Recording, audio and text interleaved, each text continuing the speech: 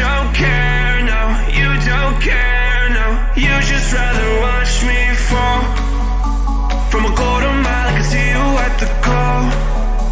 Think about it, ring won't tell you what I saw. When you break it off, you'll see who had it all. You had it all.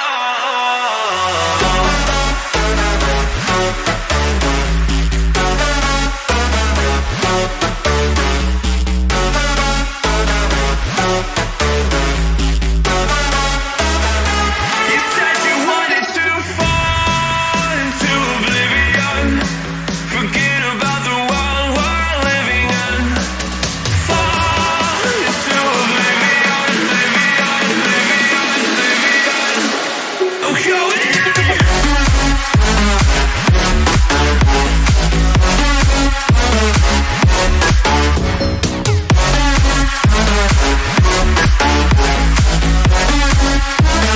Fall into oblivion.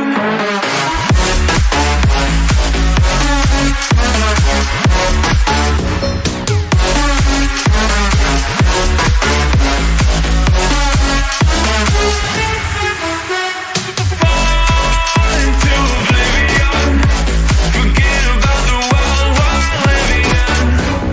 Fall into oblivion, oblivion, oblivion, oblivion. I'm going in.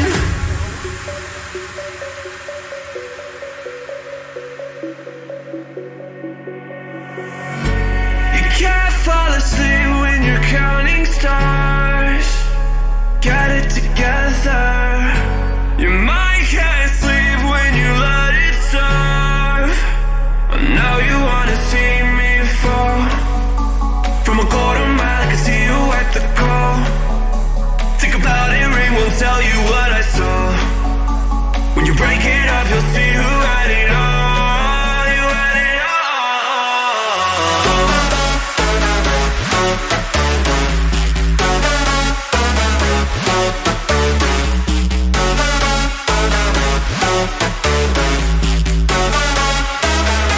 You said you wanted to fall into oblivion. Forget about the world we're living in. Fall into oblivion, oblivion.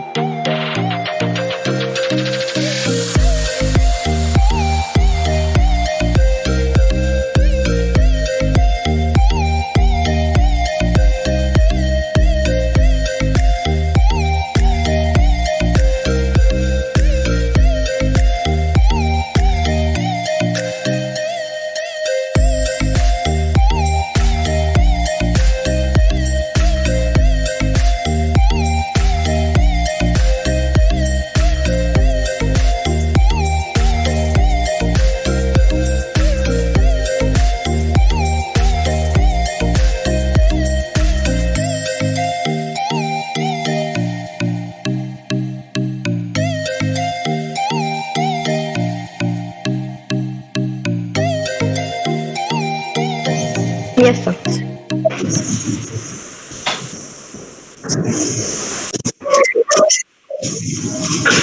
Hello, good afternoon. I'm Aisha Tripathi, student of VIT Bhopal. I'm so excited to have you all here today. About the conversation we'll have today, we have some amazing professors who will be sharing the knowledge with us. They will be sharing some great tips which will help us stay at the top of our game. I once again welcome you all to the webinar on remedies for financial frauds and cyber scams. Today we're pleased to have among us Dr. S.O. Janare, Dr. Digvijay Singh Rathore, and Dr. Haresh Parot, our very special guests from Gujarat Forensic Sciences University. Thank you so much for being here today. Before we start, I would like to thank our Dean of School of Computer Sciences and Engineering at VIT Bhopal, Dr. Manas Kumar Mishra, and our beloved Division Head of Cybersecurity and Digital Forensics, Dr. Shishir Kumar Shandelia, for making this event possible. Moving on, our first guest of the day, Dr. Digvijay Singh Rathore. Sir is an associate professor at Gujarat Forensic Sciences University and has an experience of 16 years in research and teaching. He specializes in cybersecurity and digital forensics. We're glad to have you with us. After Sir's Thank you. session, we will be taking up your questions, so please go ahead and ask yours in the live chat box. Sir, I request you to take over the session. So thanks a lot. Good afternoon, everyone. First of all, I would like to express my sincere thanks to the authority of the VIT for inviting us. Today, we'll have a plan to discuss.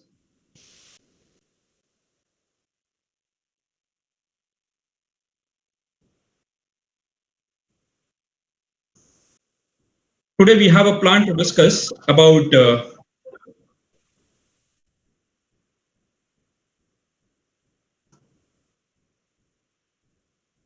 Just a minute.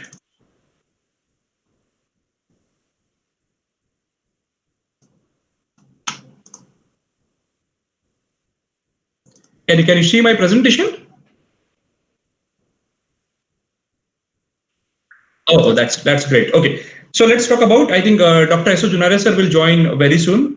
Today, my agenda is to discuss the cybersecurity in financial services, and I'll also discuss about the remedies for the cyber scam. I try to wind up this within 20-25 minutes, and then we'll follow by the question answer. This session is going to be quite technical. Instead of discussing the remedies, on overall, I try to make it more micro.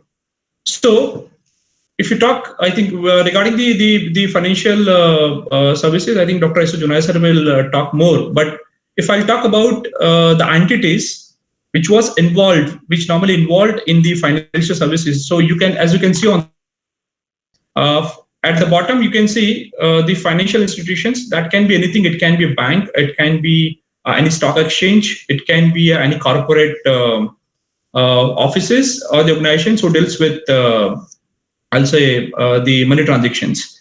And normally these financial institutions, they normally deals with the customer. That can be any layman person like you or me, and any corporate houses. Now, I have never taken any references, but this is what the model I have discussed. So I thought that let me discuss the entities which was involved in the internet financial services and what could be the remedies against those kind of frauds. So there are three entities who normally involve. One is a financial institutions. The second one is a customer himself or herself. And the second one is a corporate house. Now, if any individual wants to do any kind of transactions, digital transactions, then what could be the option? So they can use the mobile phones and the desktop machine. The purpose behind putting this desktop machines and the mobile phones, because the most of the cyber scam, they directly or indirectly related to the mobile phones or maybe with your desktop machine. So these are the two normal way through which normally the corporate houses or I'll say the end user or the layman, they normally connect with the financial institutions. And inside that mobile phones and the desktop machines, either we normally use mobile applications or the web applications to do connect to do a digital transactions, okay, with the financial institutions.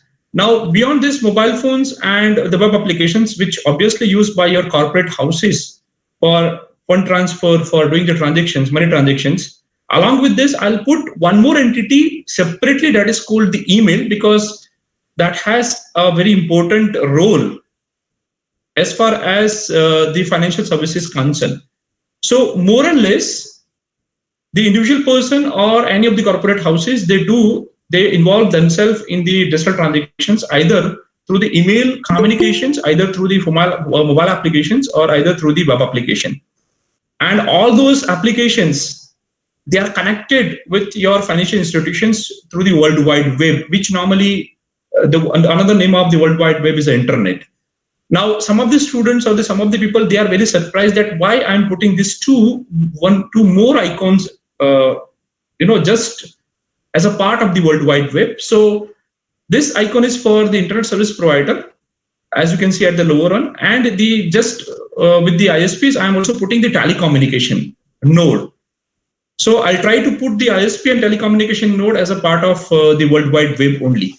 The question comes is why I'm showing this two entity as a separate, because there are so many internet scams, there are so many cyber security related scams that are going on in the market, where these two entities are very important. Because as far as, along with the teacher, I'm also the consultant and the investigator also. So we do investigate so many cases, and we found that in most of the cyber related scam, the person who is affected, either he's got tricked by sending some of the spoofing link, by sending some of the internet links, by sending some of the messages, SMSs, they try to track the individual person or the corporate house. So whenever we do the investigations, these two, internet service provider and the second one is a telecommunication company, they play a very big role. So I have a plan to discuss the role of these two entity later on. So these are the entities. So the question comes is, in most of the cyber scam, it can be happen through the mobile applications, through the web applications, which may be through your web browser, or the mobile application which may be stored inside your mobile phone. So we'll go ahead. Okay. Now, if we'll unpack we'll unpack our financial institutions. Let's see that what is inside the financial institutions, or what is inside the corporate house. You will find the same kind of infrastructure in the case of the individual also when he is using the internet. So I'll put two icons I'm talking about. Let me unpack the financial institutions and the corporate houses only. So what they have, they normally have I'll say I should write the intranet. So they have the intranet within their network, and along with the intranet, they also have the data centers. So inside the data centers, they may have the application servers, they have a database server, they have a web server, and also they have a client. So the question comes is, when we talk about the remedies in the financial sector, it ultimately talks about the precautions or the defense strategy that we need to implement, either at an intranet level, internet level, either at a database level, applications level, or some other level. So today I'm not going to talk about the remedies, like how will you secure yourself in the Facebook, how will you secure yourself, how to use a safe browsing, how will you use which are the mobile applications are secure. That if you search on the YouTube also, you'll get a very good video. So I thought that today we'll dip into the remedies at a network level, the remedies at a device level. So if we'll go ahead, so the remedies, if we'll talk about in the financial sectors, then we need to think about the remedies at the network level. It can be at a server level, database level, web applications level, and the communication level. So the questions comes is, how can we defend ourselves? So I'll whenever I talk about this, all those four level, I'll definitely talks about the cases that we did related to the email investigations. And when I talk about that, how we did the investigations, that will help the end user, the organizations, or the corporate office, including as well as your financial institutions, to know that how they can, what kind of precautions they have to take to defend themselves. So before that, before we talk about the network level, the remedies at the network level, that I'll talk. As we are also running so many master's program in the cybersecurity, we also applied we taken so many remedies at infrastructure level, and we got a great success. So those remedies I'll try to discuss at a micro level. So normally, I think some of the people, I think they know that every computers have their IP address. They normally connect with the IO box, and then they'll connect with the switch. Then they'll connect with the routers. The routers will normally connect with your proxy server. The proxy server, they normally connect with the firewall. And outside this, anything what you can say is your internet. So the questions comes is, if you know the path that the request is get started from one PC and it is got traveled through the switches, router, proxy servers, and to the firewall, and then it will reach to the then it will travel to the different routers in the internet level, and then it can reach to the destinations, somewhere the web server in US.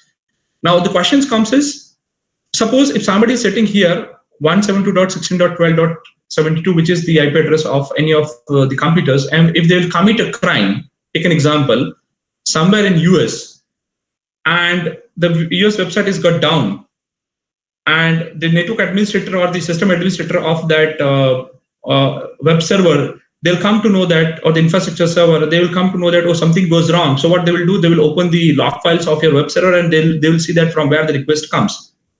As it, when they will do the investigations, they will come to know that, oh, they will get the static IP address of our proxy server normally. And that static IP address means this IP address which is uniquely identified. It is allotted by the government telecommunication company. So once you have the static IP address, you will search on the Google that who is the owner of this IP address. You will come to know that, take an example, like the IP address is registered normally with the registrar of the universities or any of the top authority of the institute. So what they will do, then they will send an email to our authority, and they'll say that this kind of activity has happened from your institute or the universities or the corporate house. Please track down that who has done this. So we know that what could be the part of the request. So it comes from the particular computers to the web server somewhere in US. When such email will receive by any of the authority of your organizations, what they'll do, they'll start the investigation. Some of the students, some of the people, they are right now get stuck that why he's talking about investigation. Because I'm trying to tell you that when we did the investigations, that tell us that what kind of remedies that we have to take to secure our network. Indirectly, network is a part of your financial institution. So ultimately, that will tell us the remedies that how can you, remedies you need to take to secure your financial institutions. So what you will do, whenever the authority will receive such email, what they will do, they'll ask us to do the investigations. As it, whenever we normally do, we'll see the proxy server logs. So what we'll do, we'll open the proxy server logs and we'll try to see that who has visited this website or a particular link on a particular date and particular time. That's it. So what we'll do, we'll get the IP address of that system. That's it. But this is not that much simple, because on the basis of the IP address entry inside the logs, I cannot come to the end that this kind of crime is got committed by the IP address 172.16.12.72. The reason is, it may possible that IP might be spoofed. Means somebody did the spoofing of the IP address possibly, and if you find that person who is owning that system and he don't know that somebody has spoofed my IP address, that's it. So So you'll come up with the solutions that why can't we do the IP and MAC binding at a proxy server level? But this could not be a good idea, because in a way that we can spoof the IP, we can also spoof the MAC address also. So I cannot do the identification of the person on the basis of the IP address or on the basis of the MAC address. So somebody will come up with the solution. These are I'm talking about remedies. So somebody is come up with the solutions that why can't we have a user authentications for internet usage, in the sense that if somebody wants to use the internet, why can't we that persons can access the internet by entering the username and password? Then I'll say that it's a good idea. Why? Because if I'll open the proxy server log files, and if I'll find that, okay, this is the username who has accessed this URL on this date and time, I can directly catch that person. It's a good remedy against the network attack. But what if somebody will use a VPN's, virtual private network? In that case, I'll not get the log entry in the log files. Is it? So what I'll do, so somebody will say that we'll do one thing. If somebody is using the VPNs, then he has downloaded the VPN. Then why can't we search for the entry inside the proxy server log? That is there anybody who has downloaded the VPN? So the first question is, there are so many VPNs available in the market. How would I know that which VPN? It's quite difficult. So I'll say that why can't we have some more remedies? I'll say that instead of searching for the VPN, why can't we restrict the client to download the VPN? So somebody says that, oh, that's a good remedy. But the question comes as how? As simple as it is. Why can't we have a domain server that will take all the computers inside the domain, and when the computers has got authenticated by the domain, we'll apply the domain policies on the desktop machine that they cannot access the C drive or the particular location of the C drive. In that case, what will happen is any of the person who is not able to install the VPN on the client side. Then somebody says that, oh, then the user authentication before accessing the internet is a good idea. Yeah, it's a remedy. Then restricting the user to download any softwares on the desktop machine or the authentication of the clients using the domain server. I'll say it's a good idea. Does it? But the question comes is, what if somebody will take out the LAN cable, switch on the computer, take the pen drive, copy the VPN, install the VPN inside the desktop machine. Does it? Again switch off the machine. Again plug the LAN cable, again switch on the machine, let it be authenticated by a domain server. Does it? And he can use the VPN. The question comes is, what could be the remedy? Then we have a two choice. Is it? If you want, we can push the policies from inside before your client is got connected with the domain server. We can also have one more agent inside the desktop machine, is it, which looks for the connection. If no connection is got established through the LAN cable to your domain server, your system will not allow the users to log in. That's a good remedy. So the question comes is, if you really want to secure infrastructures, the one thing which you need to do, the good remedy to fight against the internal attacks, is the user has to be authenticated before accessing any of the internet resources. The second one is every computer has to be authenticated by a domain server. The third thing is there has to be an agent on your desktop machine, on your client machine also, who will continuously check the connections between your desktop machines to your domain server. That's a good remedy. The fourth one is all the ports on your desktop machines, which you normally use to access your pen drive. It has to be disabled. That's a good remedy. So this is what the way you can you can take all the precautions to secure your intranet based system. Is it as compared the system which is inside your intranet? Is it? And you can do the very good. You can secure them also, and even you can restrict them to commit any of the crime from the intranet to the internet also. Okay, so This is what we learned why we started doing the investigations. One more one more remedy that we have to take very carefully is to take the backup of the log. What we found is sometimes whenever any crime commit in any of the organizations, they will call us for the investigations. Whenever we reach to the crime scenes, what will happen is when we ask for the logs, they normally they don't keep the backup of the logs. Does it? Because if you don't keep the backup of the logs, then the normal trend is, suppose today any crime commits, it will until it will reach to the investigator for the investigations, it will take 1 week, and during that time that those logs has got overwrite. So the backup of the log is also the good remedy. I'll say that we can also send that backup to our syslog server, and why can't we have one threat hunting tool, or a threat intelligence tool who will continuously look for the threats inside that logs and can generate the alert also. So we can use the logs in a different way also. One more way is we can also have the full packet capture. Full packet capture means capturing the entire traffic packets and pushing into the one more server. And why can't we have a threat intelligence which will continuously look for the packet signatures, to identify the threats?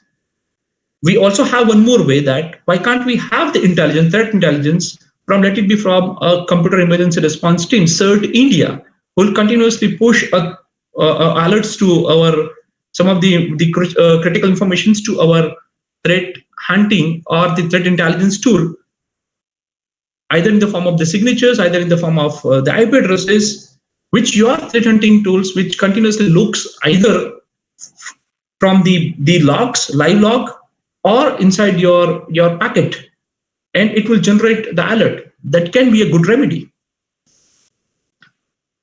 So what could be the remedies for the internet financial services? Somebody says that there has to be user authentications, log backup with the hash values. This is very important. I don't know how much it is important, but as an investigator, if you ask me that somebody is taking a backup of a log, but he's not keeping the hash value to authenticate to integrity, to maintain the integrity, then it doesn't have any meaning, because logs, they are the plain text. Somebody can open the logs and they can do a modification. So whenever we take a backup of the logs, we always we write our own Python script to create a hash values for each of the log. DMZ can be a good remedy. That is called demilitarized zone, in the sense that separating your database server, we'll put one more firewall. Your application server, we can put one more firewall. We need to see the assets inside your financial, I'll say, institutions, that which assets are critical, important, less important.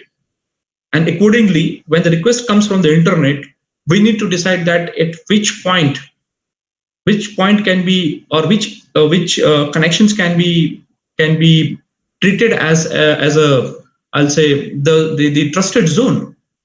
And accordingly, we can plan we can put our firewall. The time zone is also very important.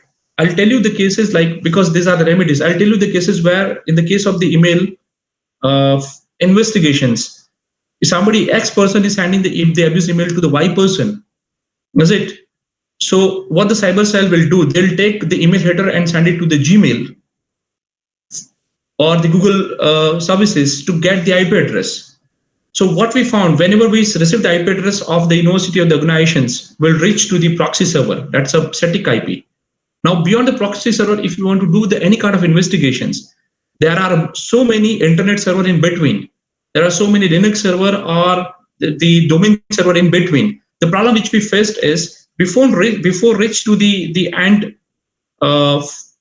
before reach to the machine from which this crime is got committed, between that machine and your proxy server, there may be let it be a domain server, one internet server, and the time zone setting of all those domain server and the internet server is different. So the question comes is, it is very difficult for us to map the time when the email is got created, email ID is got created, when the email is got communicated, it is very difficult because all those domain servers and this internet server, if they have a different time zone, then it is very difficult for us to investigate. So keeping the time zone of all those servers which comes between your intranet or between your router and your I'll say static or the proxy servers, we need to see the time zone also. The backup also, the full packet capturing also, the patch management also, threat hunting also.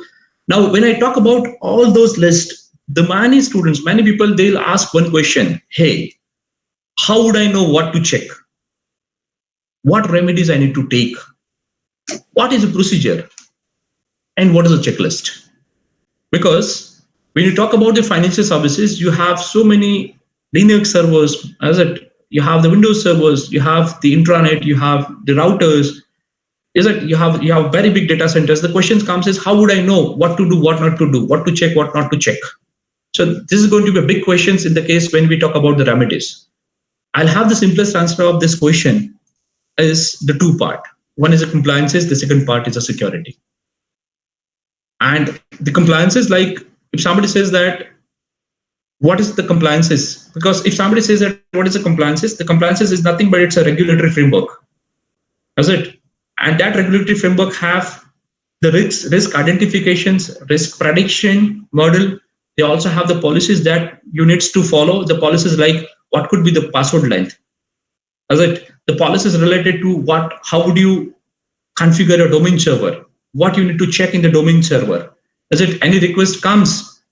Or if you talk about like user role, if you want to check, then those policies you will get it from here. Every policies have the proper documentation, is it? And they also have the standard. So the compliances is the complete package of the risk identifications, risk calculations, is it? Along with the policies, standards, and you need to document those things in a very well way. Now remember one thing, somebody says that I'm following the X compliances, doesn't mean that you are secure. No, sometimes what will happen is you will follow the procedure on a paper, but on the reality, it may not, that might not be available. So please remember one thing, the compliances will tell you that what to do, how to do, what is the procedure. But if you really wants to follow that procedure, if you really wants to implement, you need the security. That's it. And that is the security environment, you need the authentications mechanisms, you need the network access, you need the business processes. That's it. So I'll try to make one simple statement is somebody's follow the compliances doesn't mean that they are secure.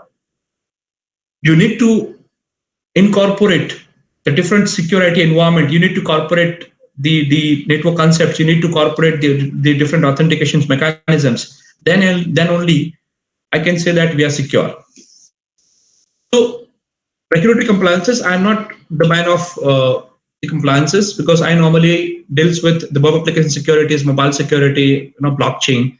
But these are the list of the compliances which is available in the market. That's it. And for the financial sector, it was enforced by the Reserve Bank of India as a part of their financial compliances. If you read the financial compliances, you will find so many clauses which is related to the cybersecurity compliances. That's it. So these are the list of the cybersecurity compliances. That's it. Where you have the HIPAA also, the 27001 also. NIST also have so many compliances. SANS also have so many compliances. So these are the list of the compliances. The compliances, when I'm talking about the remedies, then you need to combine both the compliances also and the security also. That's it. Now, if we'll go ahead, if we talk about the security, then I'll say that I have a three name in my mind. The one is the OWASP itself, the second one is the SANS, and the third one is the NIST.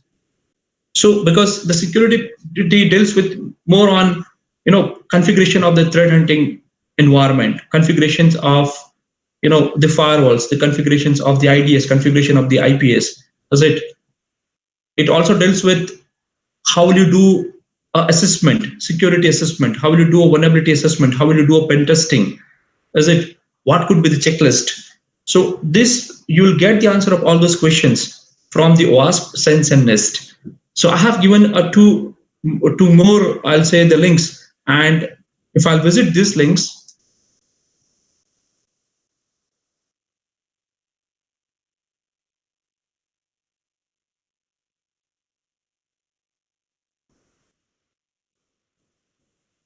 if you visit this link, then please just have a look at it. The OWASP have so many projects. Is it? So they have a two part. Is it? Because the one is they have a standards that you need to follow. The second one is they have a labs. And the third one is they have a tools and technology. The standard means like somebody says that I want to do a secure code review. Is it? So the question comes is what could be the standards? You can refer to the OWASP. These are the remedies in the sense that prior what will happen is if somebody wants to develop any of the web applications or the mobile applications, let it be, then we have a system development lifecycle, SDLC. Now the new concept already came in the market is called secure development lifecycle. In the sense that develop one unit, do a normal testing, functional testing of that unit, but as well as you have to do the security testing also. But nowadays the things are got changed in the sense that when you start developing your any applications while you're configuring your network, you need to have the checklist prior in your hand that what I need to take care when I developed any applications or when I configure any of the network, that you have advance in your mind, in your hand. The question comes is from where you will get all those things, so that you can get it from the OWASP. So you should remember one thing, the OWASP have a three vertical, the OWASP project, the OWASP standards, and the OWASP tools. Was it? So that's the good one. And that can be helped to fight against so many cyber security related issues. The second also that top 100 projects, please see like if somebody is working on what remedies I need to take before writing a mobile application code in Android. Was it? Or what could be the secure coding I can incorporate in when I started developing my mobile application. Then you can get a secure code review standard 3.0 by the OWASP. The same is available for the mobiles. Somebody says that what about the SCADA? You'll get it, standards. Somebody will say the data center, from where you'll get it, from the OWASP. Somebody says IoT, from where you'll get it, from the OWASP. So you'll have the answer of all those questions from the OWASP. I'll try to finish this within 6 minutes. In the same way, you can move into the Sense and NIST also. Now, somebody says that, what's the problem? I follow the compliances, I follow the security, I follow all those coding standards. Is it? The real reason behind that, if somebody says that the remedies means what? Follow the secure code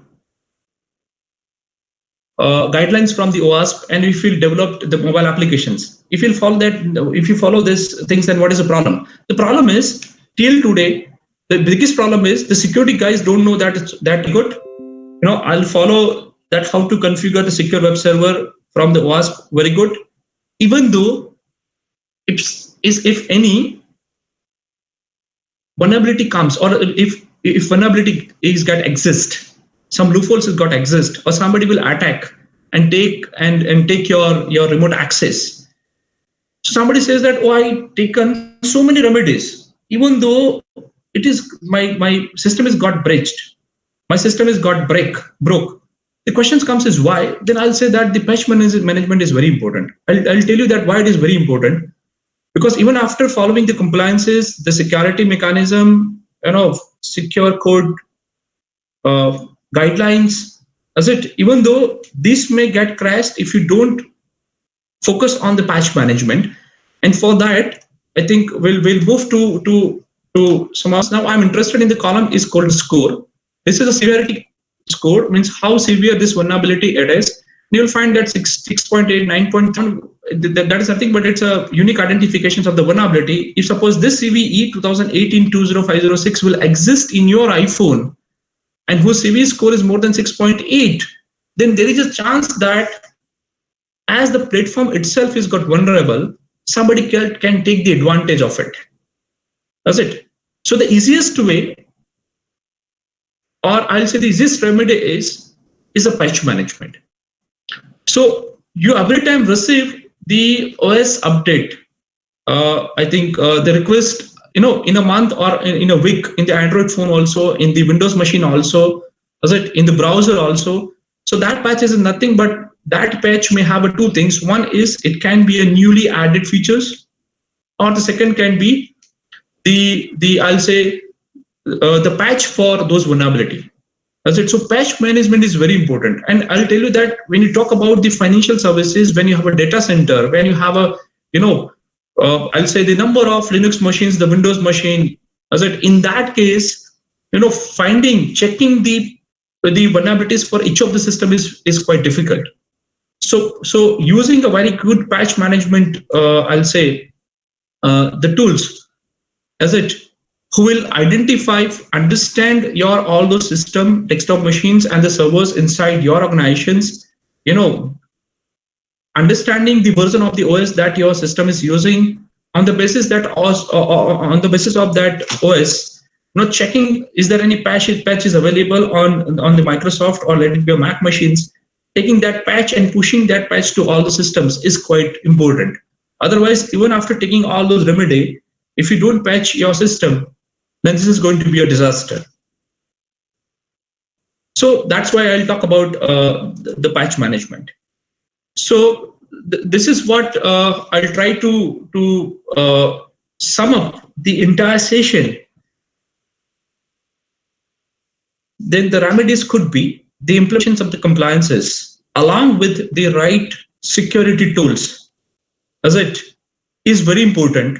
And when you talk about when you use compliances with the security tools, do not forget to follow the OWASP, NIST, and the SANS, and the combination of all those 5 things definitely, try to will give you or it can secure your infrastructures or your mobile applications or any other digital platform in a very well way. Now, I'll take a 1 minute more. So the questions comes is, the mobile applications, web applications, mobile phones, desktop machines, or the infrastructure inside the financial institutions or the corporates.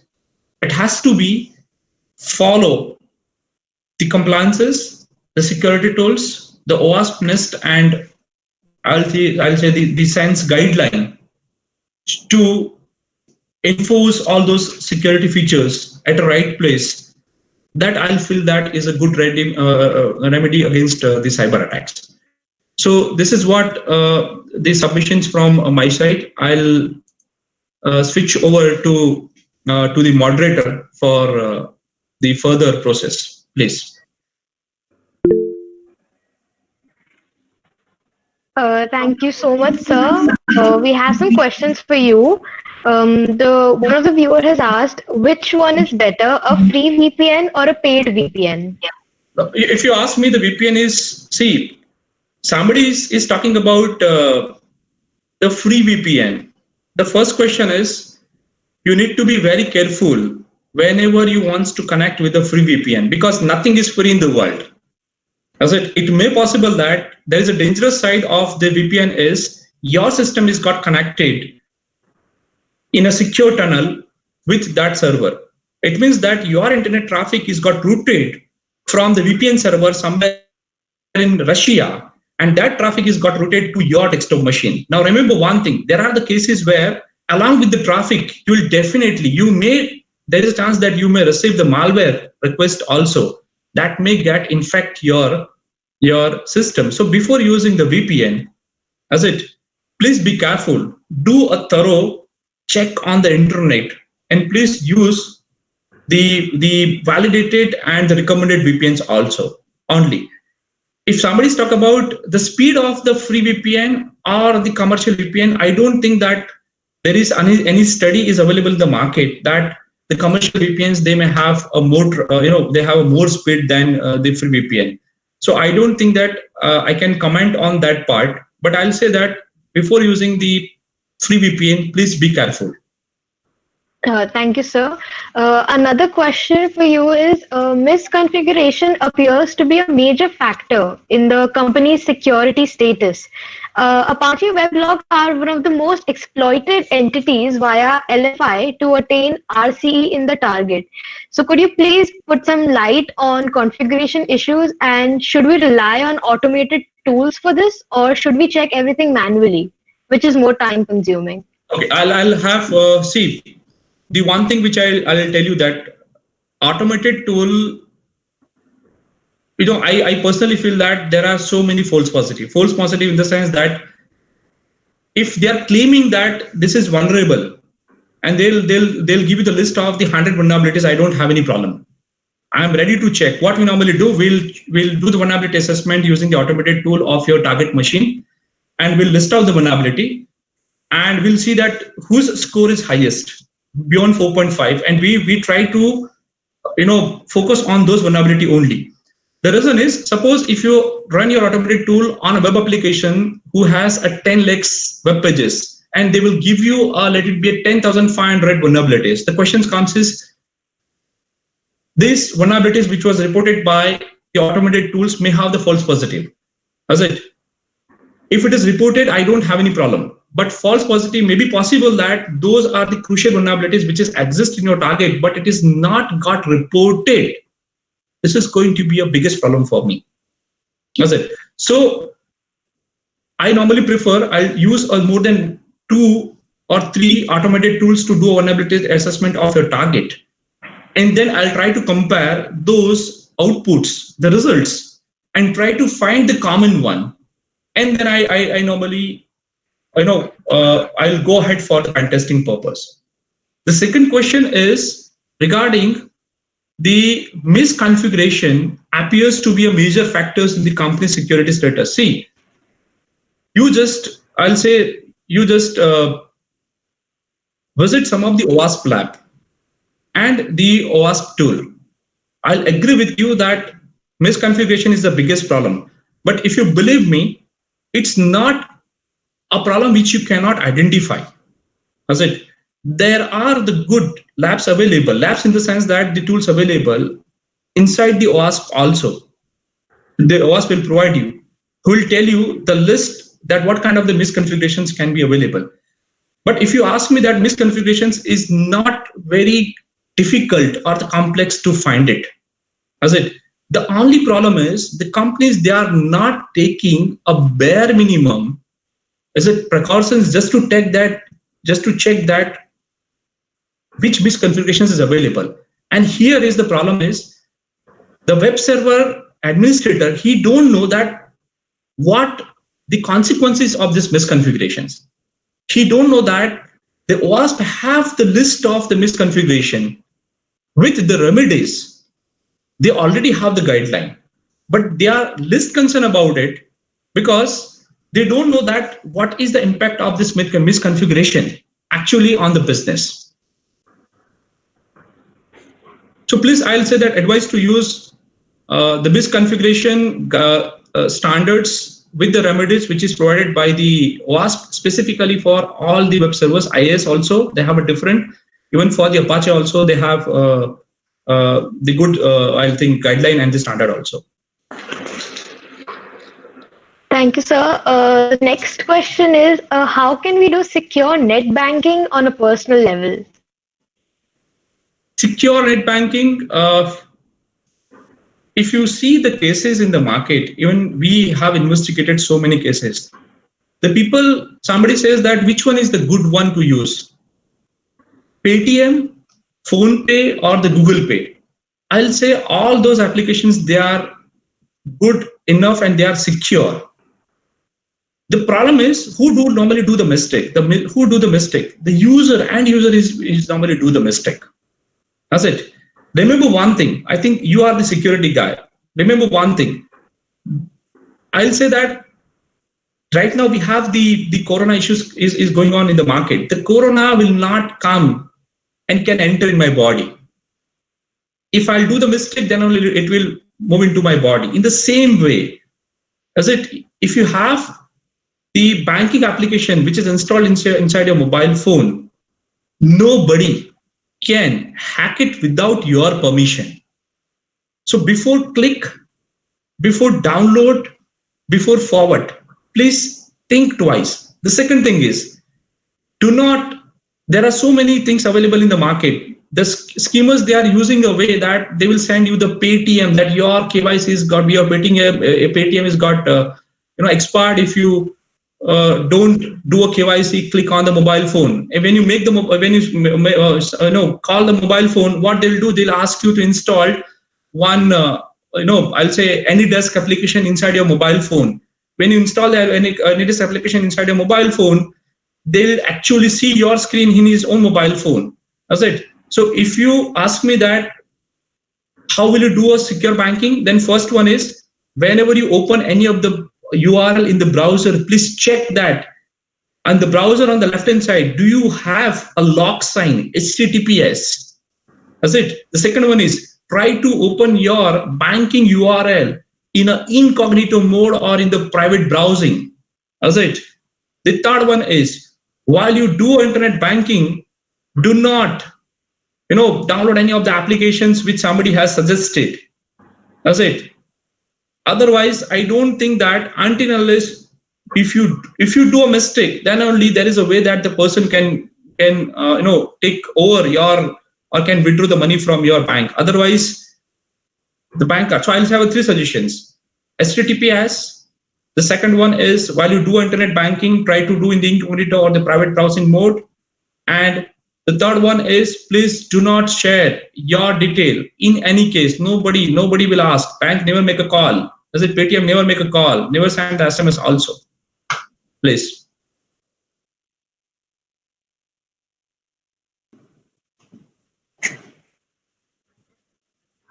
If we still have, yeah, please, thank you. That's the end of the podcast for you.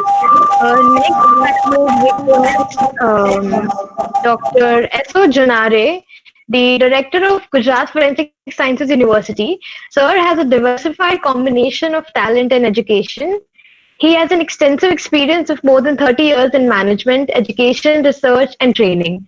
He specializes in forensic accounting, finance, banking, and law. Sir, I would request you to please say a few words.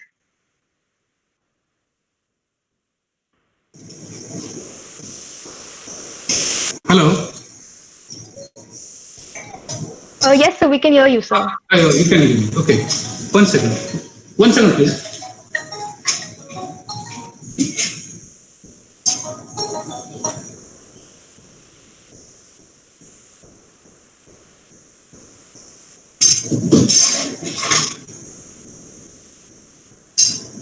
Hello.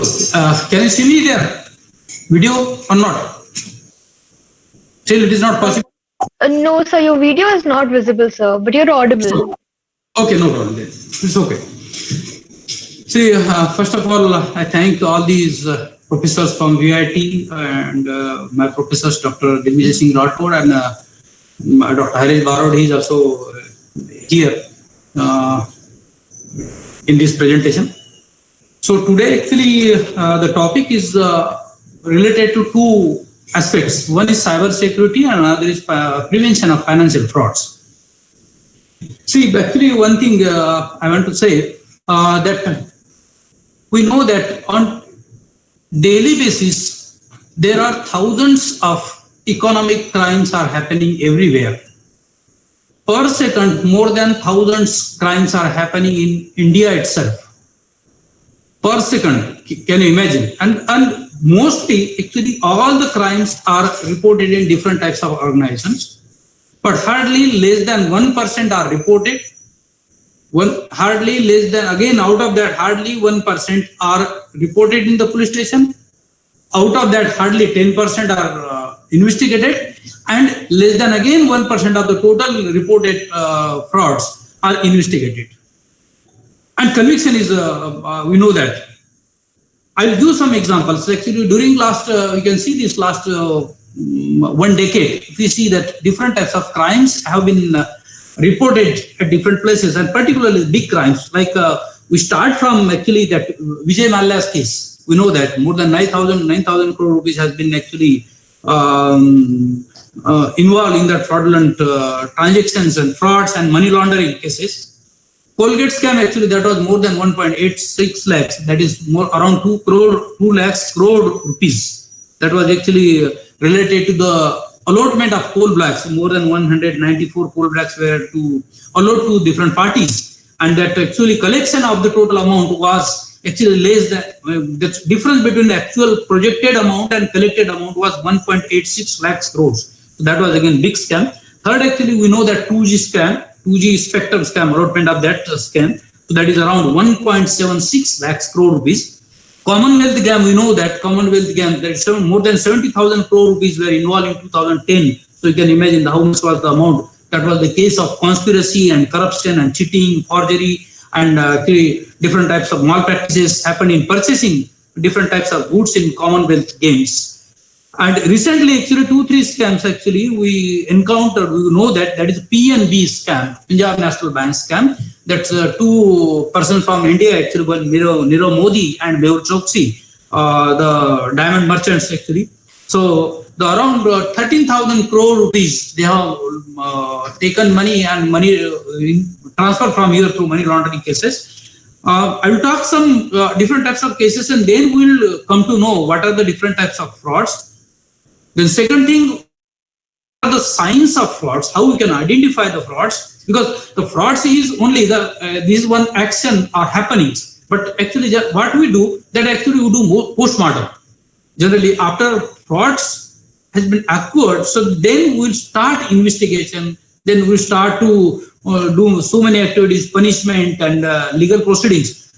But there are 2-3 things related to the frauds. One is fraud prevention. So that there is a preventive forensics, how we can prevent the frauds before happening it. Number one, so this. Number two, investigation of the frauds. Even though we are having so many strict rules, regulation, norms, then also fraud may happen. We'll see that how the frauds can be happen. And after that fraud happened, so you can investigate the case. And third is deterrence, fraud prevention, fraud investigation, and fraud deterrence. So fraud deterrence is the system or where actually nobody can dare to do the frauds, because everybody knows that there is one strong system is involved in each and every organization, that nobody can commit a fraud, and if somebody fraudulent person do the frauds, then he may be actually caught. So that's why there is a deterrence system. So there are 3 aspects of fraud: prevention, investigation, and deterrence. But see this, because we know that lots of frauds are happening from small organization to big organizations. Frauds are happening everywhere. In government, that's government fraud, private organization fraud, then purchase fraud, then sales fraud, then accounting fraud, then money laundering, then transferring of illegal money, then showing some bogus accounts, evasion of taxes from government, that GST and income tax. So many types of frauds happens every day. So we will discuss one by one. I will take hardly 15 to 20 minutes, not more than that. So if you see what are the different types of frauds happening in the market or everywhere, after looking into these different types of frauds, you can identify the common factors involved in the fraud. Okay, sorry. Can you listen me now? I'm audible? Yes, sir. Yes, you're audible. Okay. So then you can see that what type of frauds are happening and what are the tools and measures for implementation, so that we can prevent the frauds, we can investigate the frauds, and we can make a deterrence for others not to commit the frauds. So if you see the different background of this, so what are the different types of frauds? Some frauds are committed for the company or for the organizations, because the company is itself fraudulent. So their policy is to make a fraud. There are so many companies, I will not take the names, but companies are having some products, they hide some terms and conditions, they show some different products and sell some different products. Sometimes companies or financial companies, they show that they are giving cheaper rate of interest loans, so people are attracted. So a lot of organizations, these frauds are called frauds for the company. Sometimes the fraud against the company. Some the people actually either involved in the company or from outside. Mostly they are involved in the company. So frauds against the company. There are some frauds, they are not against the company or organization, but they are against the society. Sometimes we call them that they are, the people are doing this victimless frauds. For example, we caught by the police, we think that we can give 100 rupees to the police officer or 200 rupees to senior officers and then we can leave. So there is nobody is victim. We think that people are ignoring this type of frauds. So this type of frauds are against the society. Sometimes selling the government land at cheaper rate, giving some benefit to some corporate sector or some parties. These are the frauds against the societies. Like frauds in the bank, commercial banks or government banks. So where actually frauds are happening, but everybody is suffering. These are the frauds against the society.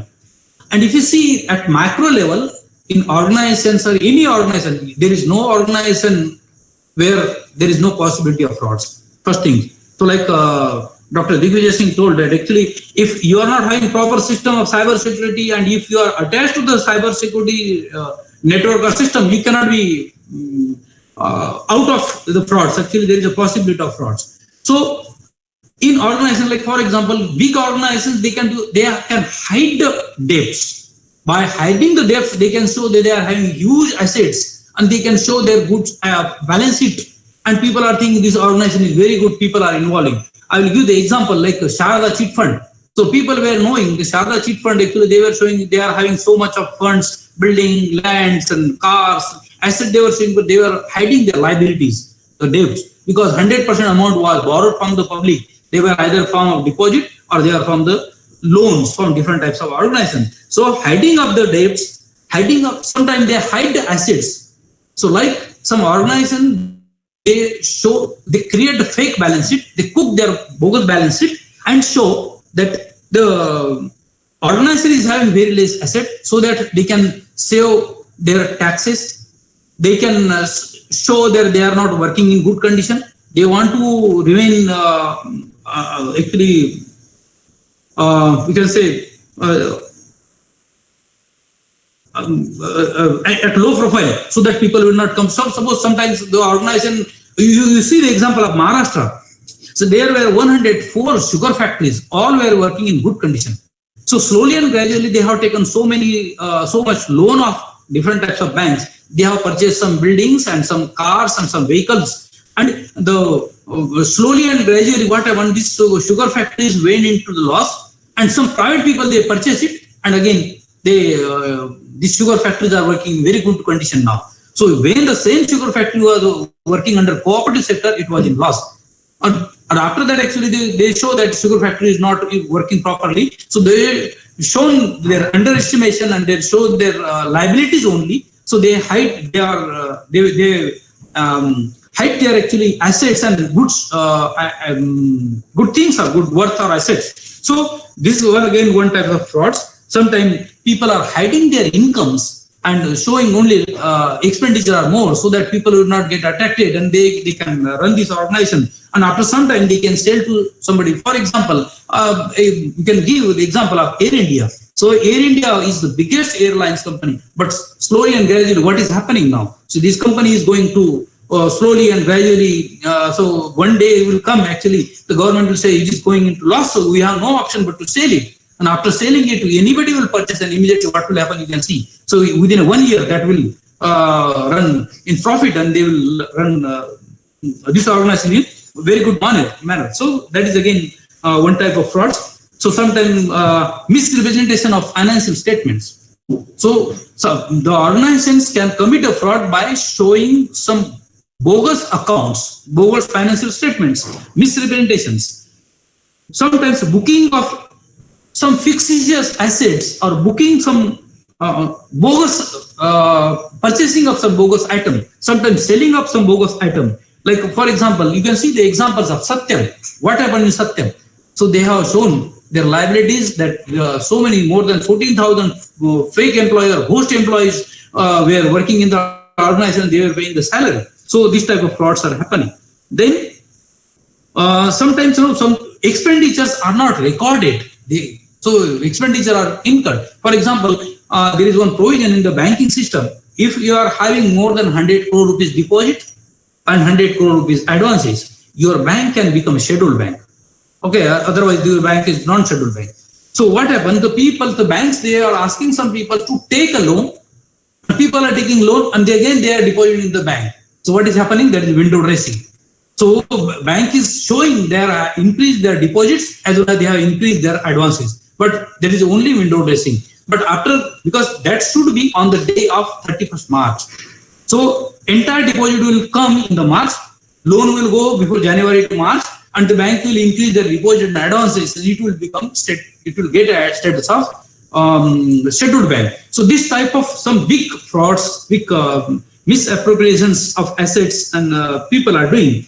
So like sometimes concealing of liabilities also, people are not telling their liabilities. Like Enron, we have Enron, they have created lots of share company.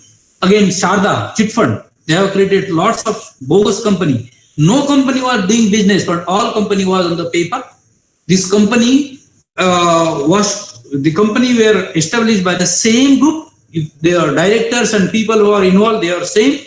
They were selling goods to each other only. This more than 200 companies have been established, and they were selling the goods to each other on paper only. They were paying taxes and everything. So this type of frauds are happening everywhere.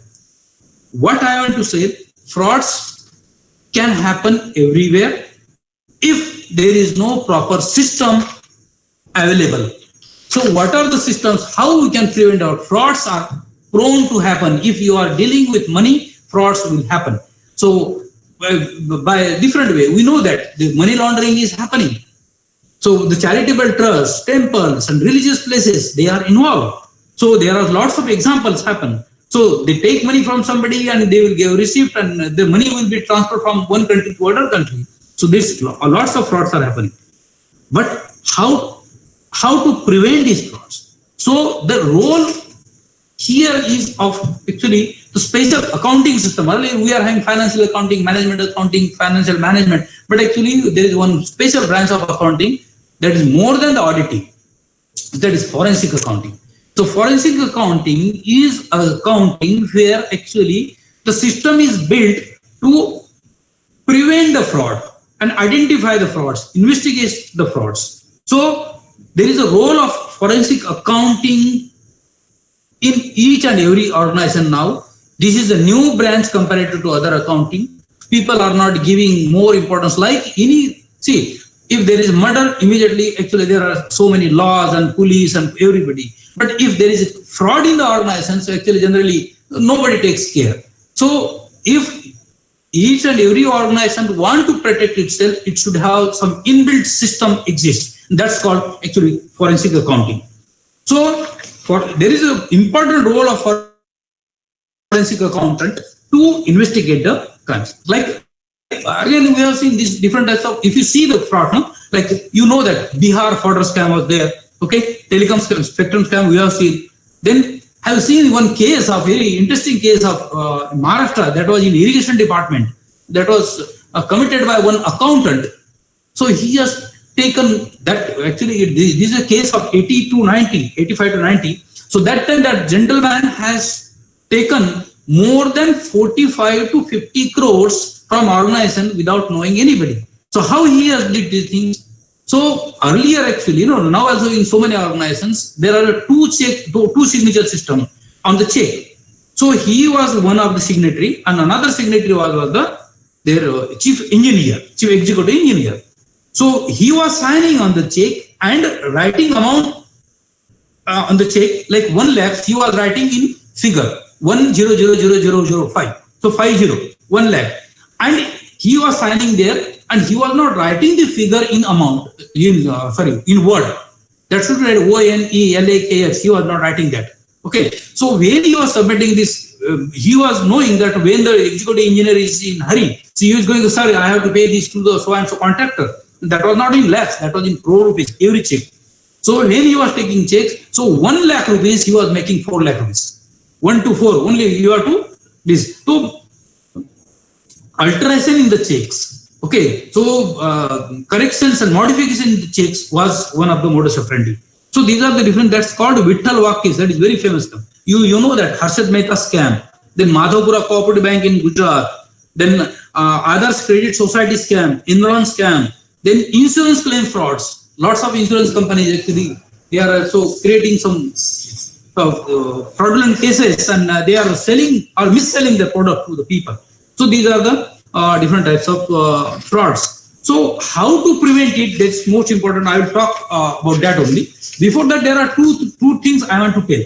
One, see, I will not talk about cyber frauds, because cyber frauds actually already talked by our Professor Dr. Digvijay Singh. So these different types of frauds we see. So there are some symptoms or some identification marks are available for every fraud. If you see, if the person is intelligent enough, so then you can easily identify. So there are, it's called actually red flags. There are red flags. Easily it can be identified. If that is red flag is available, you can identify that person. Like if there is no company manual or procedural manual in bright black and white in any organization, 100% there is a possibility of fraud. Like for example, no, there is no purchase manual. How to purchase the goods? You know, generally what we do? We invite three tenders. We tell one person, oh, I want to purchase computer. So my friend is there. I will tell, oh, you give me 3 quotations. So your quotation must be lowest and 2 others will be higher. So immediately we purchase that. That's actually, we know that, and everybody knows that. So this type of systems are available too, because there is no written manual in the organization. If the manual is there, that is in the cupboard. So okay, there is again one red flag. So if that is not there, so 100% fraud possibility is there. The second thing actually, if there is no proper accounting system, that's called actually disorganized accounting system. So accounts are written after 2 days, 3 days, 5 days, 7 days, and the person actually without signature, also accountant or accounts officer, actually he's preparing account statement and his clerk is signing on behalf of him. There is no organized accounting system. And again, account sometimes, no, this computerized accounting system is very important nowadays. So we are having Tally and some other account system. So where we enter this account, but now it is again very easy to change it. So now there is again computer system, the blockchain system is there. So if we install the blockchain system, then we can prevent this. This is one I will talk about that also. So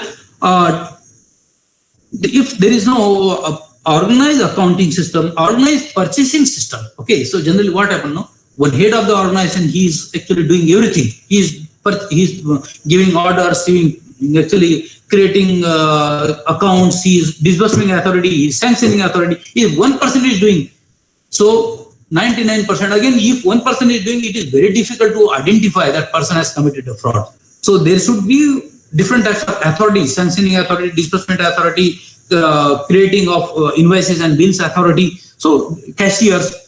But if there is disorganized this purchasing, receiving system, then stock taking, if there is no proper stock taking, there are more chances of frauds. If in most of the organization, this is weakest. Stock taking means actually, we say that we can cook the balance sheet. If I am in the business of selling a printer or computer, so I will show that actually how much loss I'm looking after, I want to show, then I will show the book value of my goods lowest and minimum. Sometimes if I want to show more profit, then I will show more price of that particular things in the go down. So this type of actually disorganized system is accounting system can be manipulated. Okay. Then if you see that in most of the organization, if there is one, this is also red signal, no bank reconciliation is done. In organization, you have given so many checks, but you do not know whether that check has been actually encashed or not. You have received so many checks, but you are not tallying with the bank. And in most of the organizations, this is happening. So if I want to do something, I want to make a purchase, so I will pay in the cash and that will not enter in the account, because that I want to purchase, I have to take at my home. So bank will not come to know. And if I want to actually purchase and take these items in the office, I can give the check, and I can give check more amounts of check, and I can take kickback from that organizations. So this type of some systems are happening. So this is also one type of red flag if there is no bank reconciliation system in the organization. Again, if you are writing check by hand, that is also fraudulent practice, because you can check easily, you can correct that, modify the handwriting. Even you are writing in words also, it is very easy to change it. Okay, so if the person knows the trick, the person can change it. Nowadays, the ink are available in the market. If you are writing, after 1 hour, that ink will vanish. So again, you can write anything what you want because you have taken the signature of your boss. So handwritten checks, there's one wrong practice. Okay. Then fund transfer in cash particularly. Yeah? So actually dealing with cash, that is also one red signal of frauds. Okay. Sometimes actually unusual transaction. For example, I'm working in the university, this educational institute, and I am paying payment to the cloth merchant or some religious place or some furniture. That is actually abnormal amount. This is not consistent with my objective. So there is a red flags. Easily you can identify.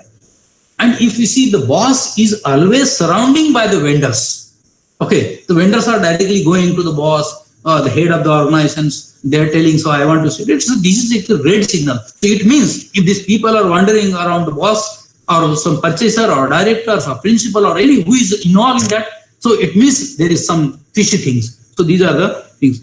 Deficient hiring process, again, most important, that is faulty HR system, human resource system.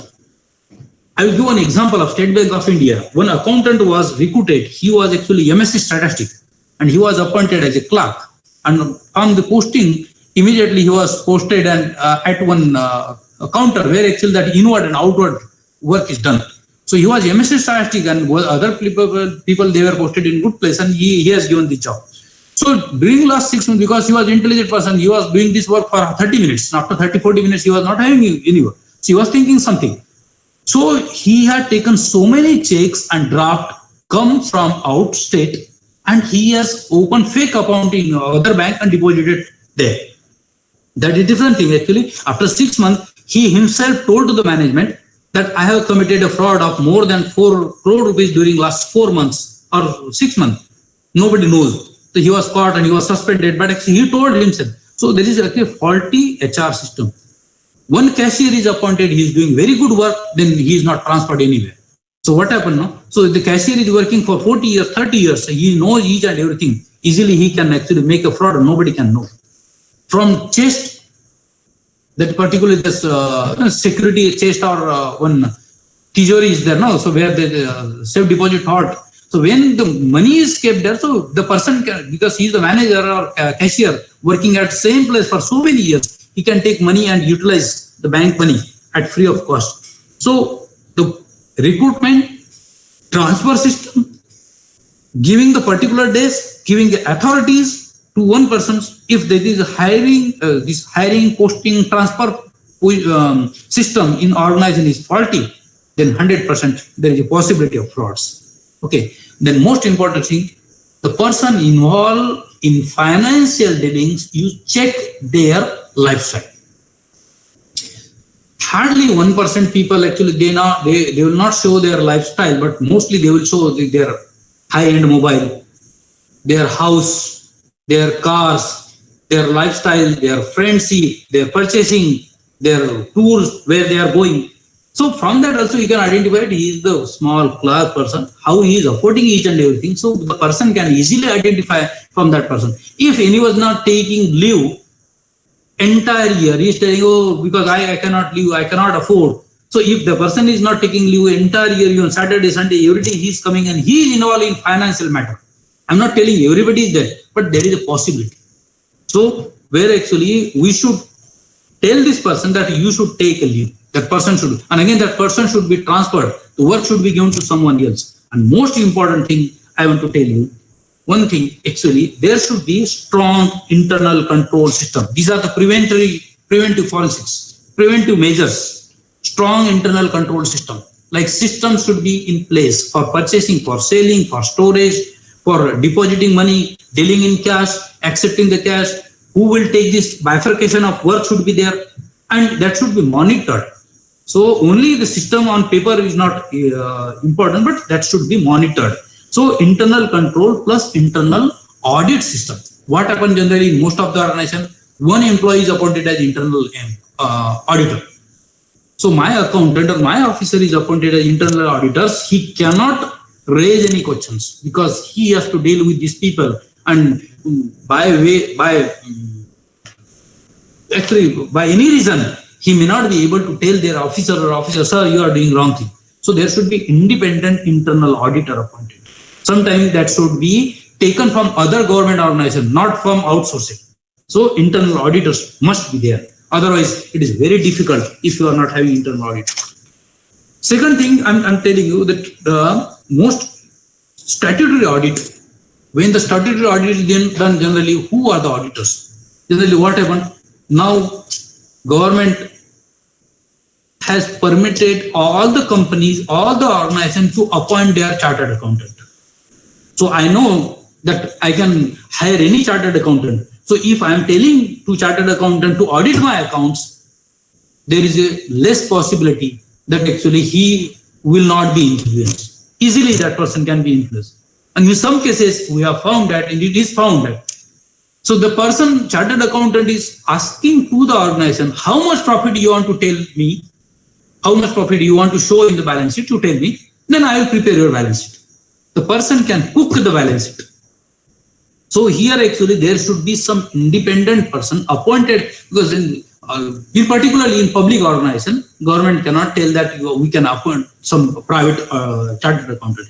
I am not doubting any chartered accountant. There is a possibility, because from all these frauds, so I have seen all these organizations were having private auditors. So that may happen. So we should not appoint their private auditors. Particularly, there should be external auditor, statutory auditor appointed by the government or some controlling authority, like Reserve Bank of India. So they should not tell that you can appoint one person from Ahmedabad and make audit of your bank. So they should appoint some persons from some other places. Okay, so that is statutory audit. And most important, there should be willingness of the management. Who is management? Generally, whatever in corporate sector, manager is one person, owner is other person, stakeholders, shareholders are different people. So nobody is interested. So then they leave it to the head of the organization. So if the head of organization, and you find in most of the government organizations, most of the organizations are run by the in-charge officers. They are not full-fledged, so they don't take seriously. Okay, and if the officers are appointed, how much they are willing to identify and prevent the fraud and create a system of deterrence. What happened? No, in any organization, if any fraudulent person is caught, what general practice is? So they ask that person, you pay this amount and we'll forgive you. No problem. We know that your family, your wife, your son, and your actually we don't want to disturb your career. So there is no strong system like electricity. No. So there is no strict system. And second thing, what happens sometimes, so they will not report to the police because they think that their organization will be defamed. So they will not talk. They will not talk about their frauds happening, and they will hide these things. They will remove that person. They will ask that person to resign.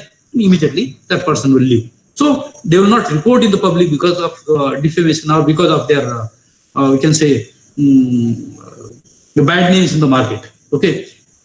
Again, there is no documents examination system, signature examination system in the organizations. So these are the red flags. If these are preventive measures, internal control system be there, internal auditors should be there, transfer system should be there, proper hiring.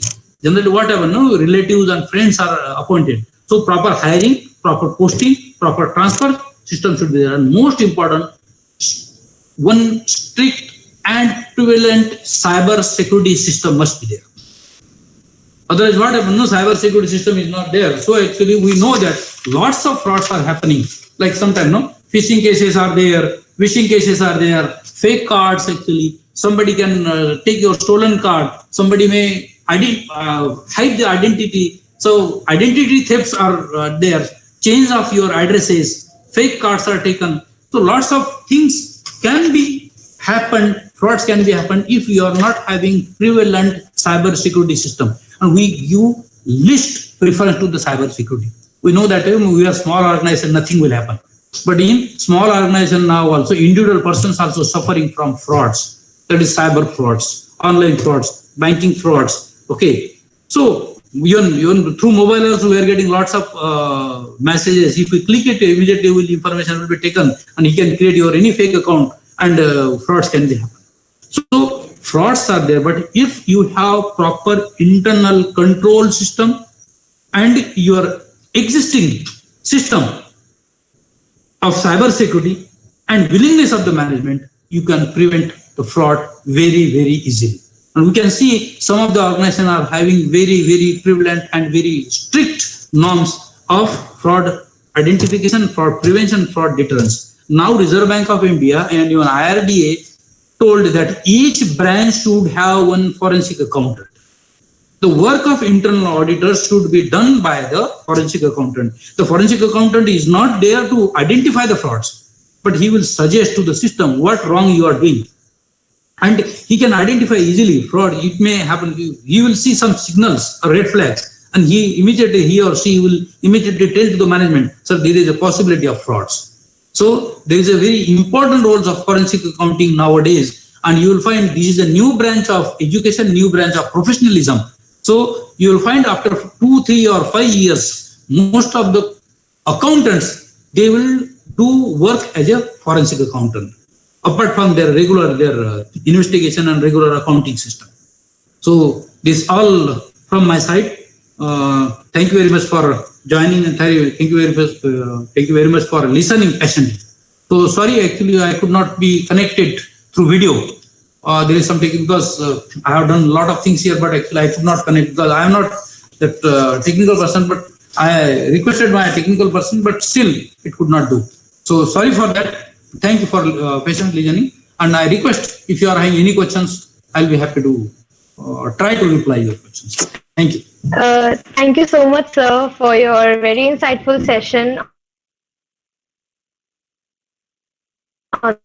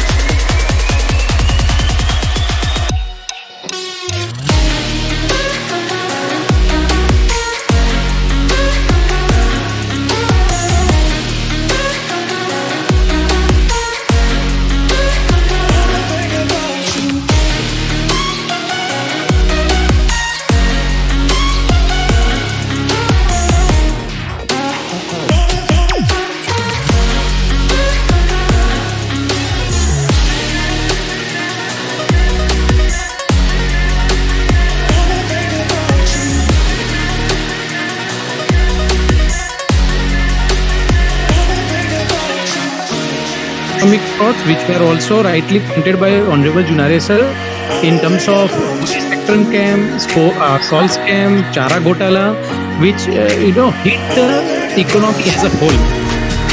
So these type of basically financial crime in total.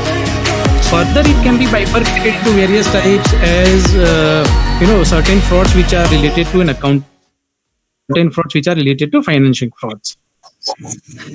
Now, coming down to the today's topic, which remedies are to be taken care of with respect to financial frauds. Basically, financial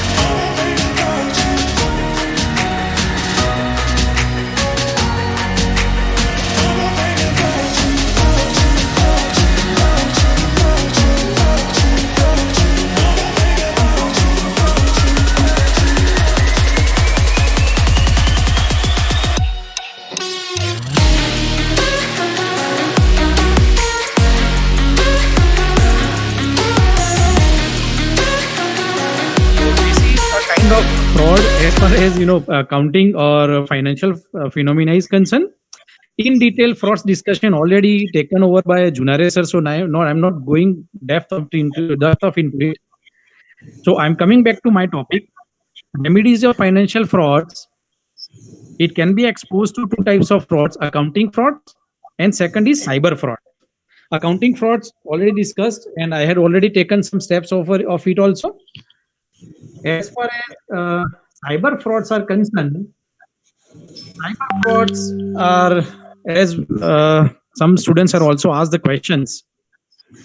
But in finance, we are normally teaching the financial frauds, or sorry, cyber frauds are of credit card frauds, which are stolen credit cards and all. Some frauds which are identity theft also, phishing frauds also, which comes under the financial losses.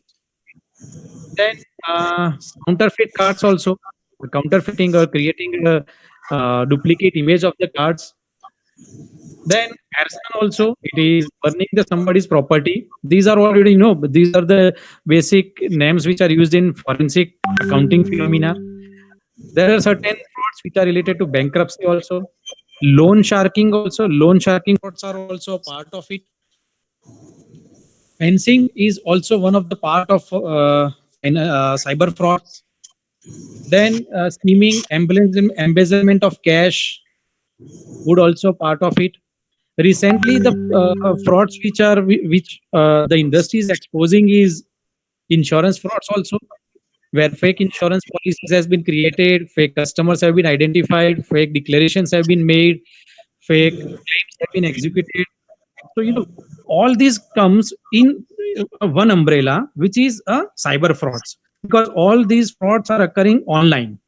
Certain fake IDs created, fake identities created. You might get a call from the company that your this much amount is blocked. If you wanted to open, then you will have to give ID and password.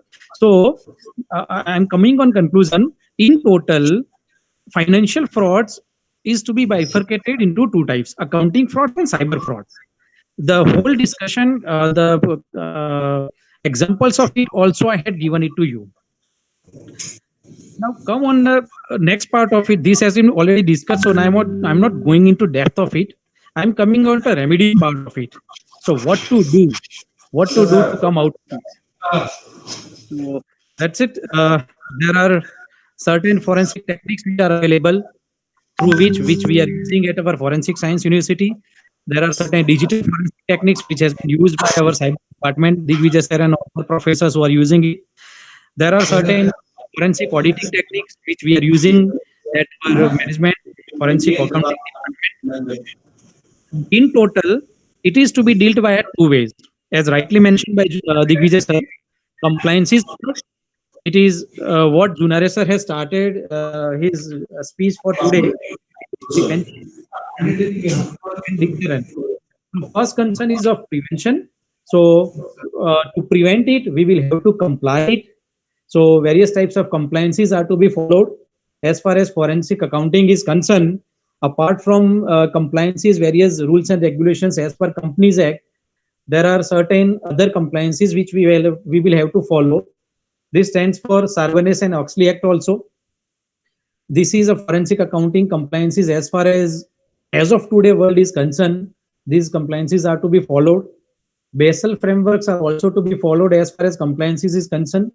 So this is a compliances part which is to be used as far as the prevention part is concerned.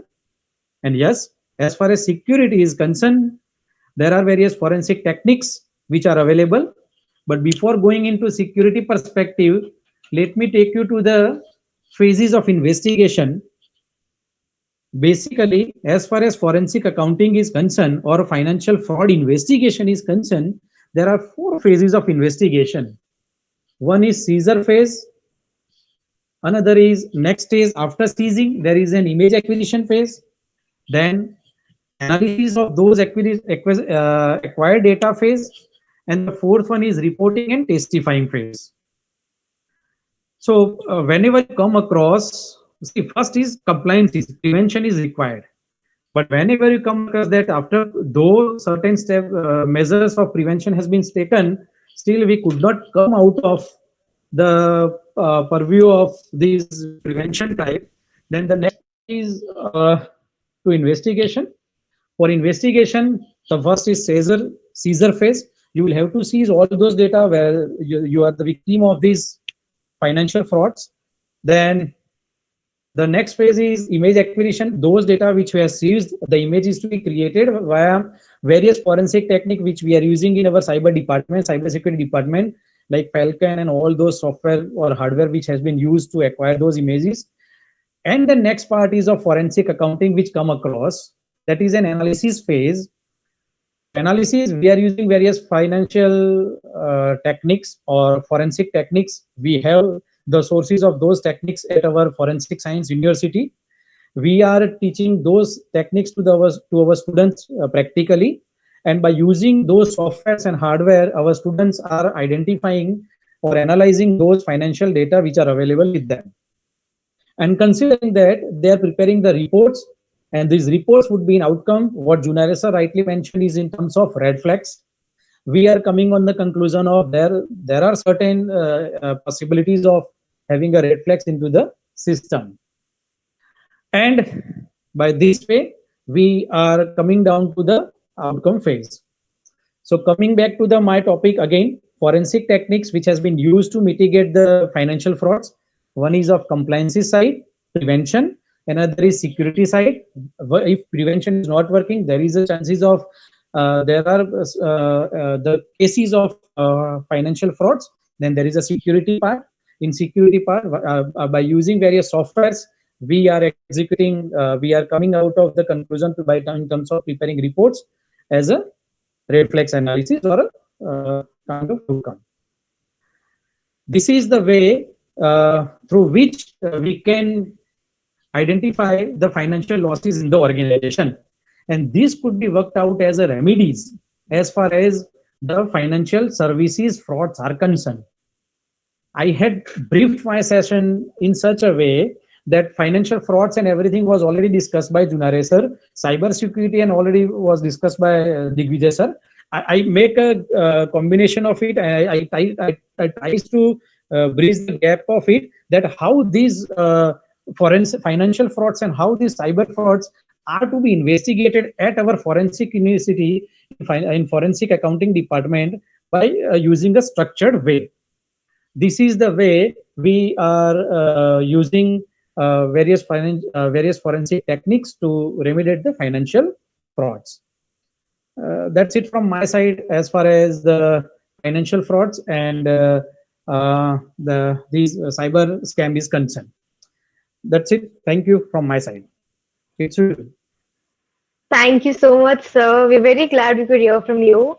With this, we conclude today's webinar, and I would like to thank our esteemed guests for taking out some time from their busy schedules and enlightening us with their deep knowledge. I thank you all on behalf of the Cybersecurity and Digital Forensics Wings at VIT Bhopal.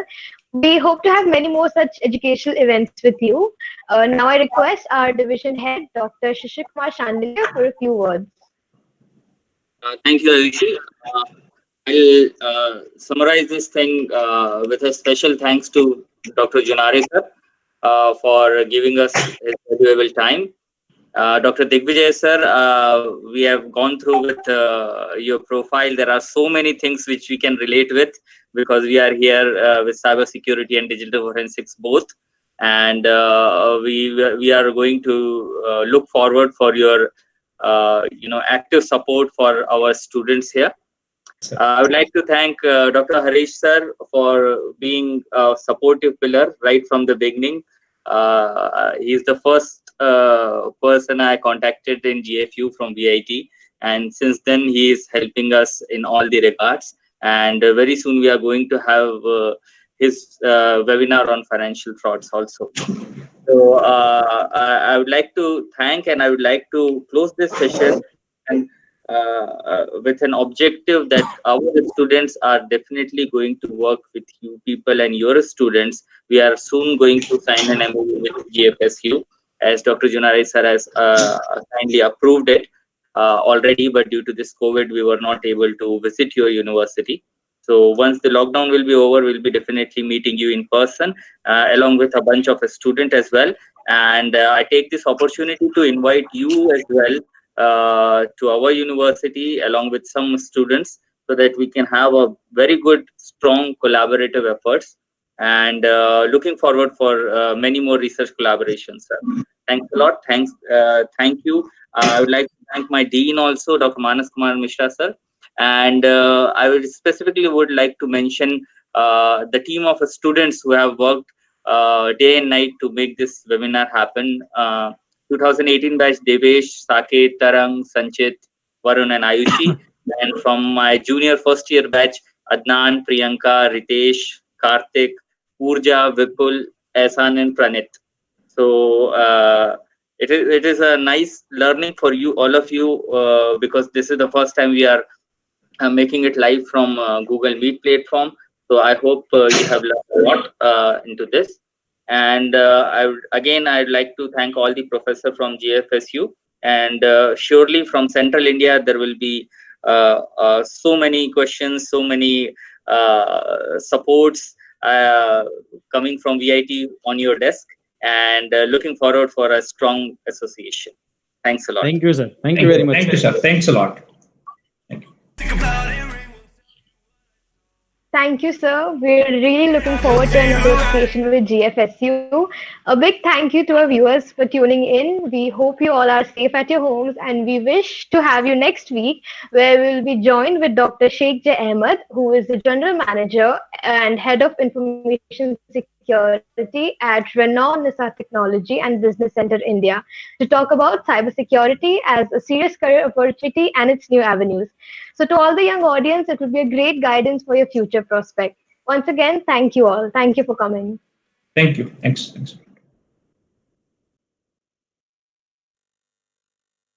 Oh, yo, yeah.